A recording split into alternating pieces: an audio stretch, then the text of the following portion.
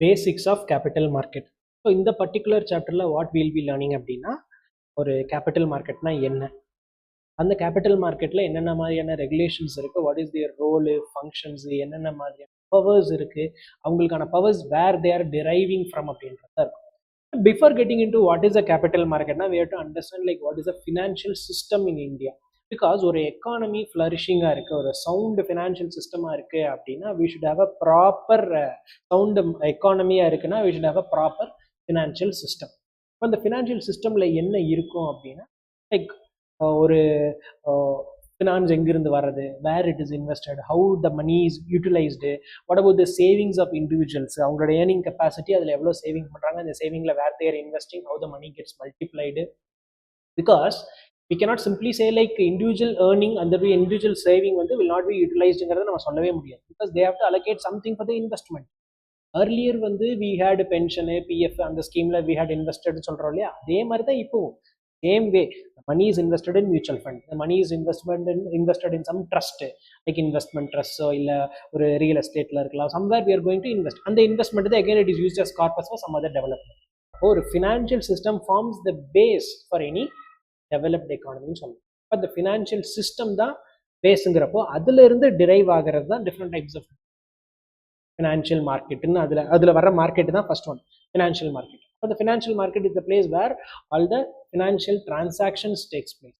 This financial transaction is not like money transactions, money வாங்குறது கொடுக்கறது அதெல்லாம் கிடையாது. It's all about the finance related.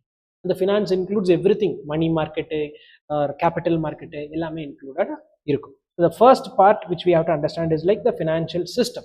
How is the financial system designed? The financial system la enna include agum, what kind of influences they create.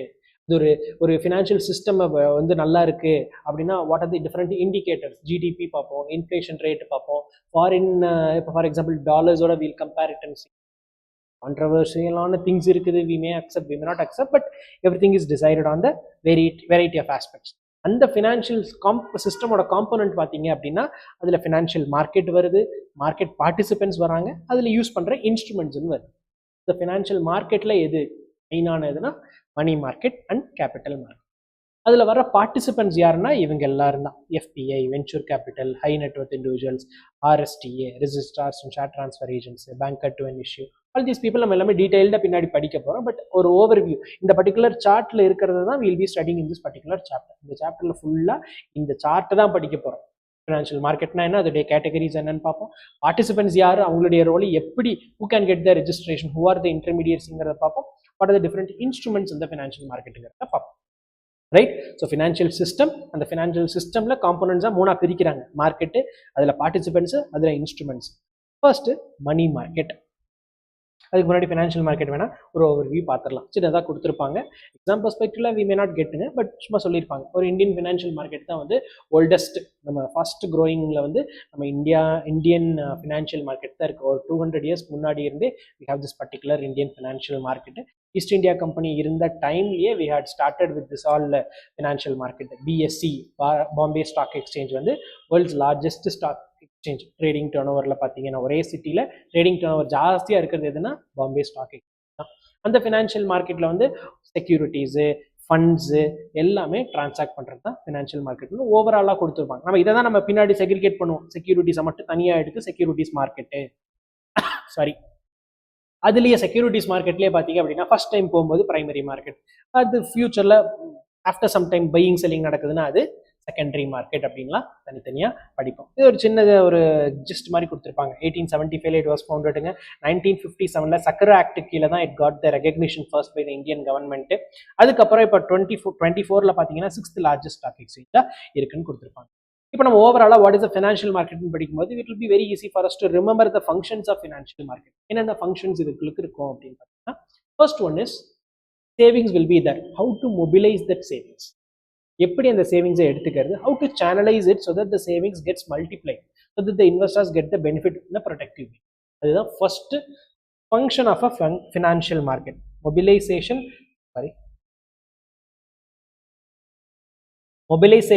and channelization of savings. Second one, once the savings is mobilized, once it is channelized அப்படின்னா it will be invested on the market, right? அது ஏதோ ஒரு செக்யூரிட்டியில் invest பண்ணுவோம். அந்த செக்யூரிட்டியில் invest பண்ணும்போது we should have a price for that security, right? That has to be determined. ரெண்டாவது என்னது? Determining the price of securities that will always be based on the demand and supply in the particular. Whatever is the demand, whatever is the supply, that basis la price will be decided. அடுத்து once it is invested, now if I wanted to get the cash back, converting my asset into a cash thing, அது liquidity aspect. இந்த liquidity ensure பண்றது இந்த financial market ஓட main role. The fourth one is exchange of assets without physical delivery. What is this physical delivery? இப்போல்லாம் current scenario எடுத்துப்போமே, இப்போ இல்லை 10 years backமே பார்த்தீங்கன்னா we didn't have anything. We had things like physical certificate has to be sent back to the company, of course to the depositories இருக்க மாட்டாங்க, to the companies கிட்ட போயிட்டு then they will cancel it, they will destroy it. அதெல்லாமே நீங்க கம்பெனில இப்போ கொஞ்சம் now nothing like that is happening. If someone wants to transact in a security of a company அப்படின்னா they have to mandatorily go with demat only. mandatory-ஆ இருக்கு. நீங்க practical லைஃப்குள்ள போகும்போது you'll get to know என்னென்ன மாதிரி யாரெல்லாம் டிமேட் பண்ணி ஆகணும், யாருக்கெல்லாம் எக்ஸம்ஷன்ஸ், எக்ஸ்டென்ஷன் ஆஃப் டைம் லிமிட்லாம் கொடுத்துருக்காங்க. இப்போ மோஸ்ட்லி எல்லாத்துக்குமே வந்து அந்த டைம் லிமிட் எல்லாம் க்ளோஸ் முடிஞ்சிருச்சு, எக்ஸ்பயர் ஆயிடுச்சு அந்த டைம் லிமிட்லாம். Everything can happen only in demat form. So அந்த பிசிக்கல் டெலிவரி ஆல்சோ இப்போ இல்லை அப்படின்றதுனால that is also one of the functions of financial market. 4 function இருக்கு: mobilisation and channelisation of savings. Second one is price determination based on the demand and supply in the market. Liquidity ensuring for the assets. The fourth one is without physical delivery, exchange of assets has to happen. இது 4 தான் financial market ஓட function. Sir இதெல்லாம் எக்ஸாம்ல கேட்க மாட்டாங்களா?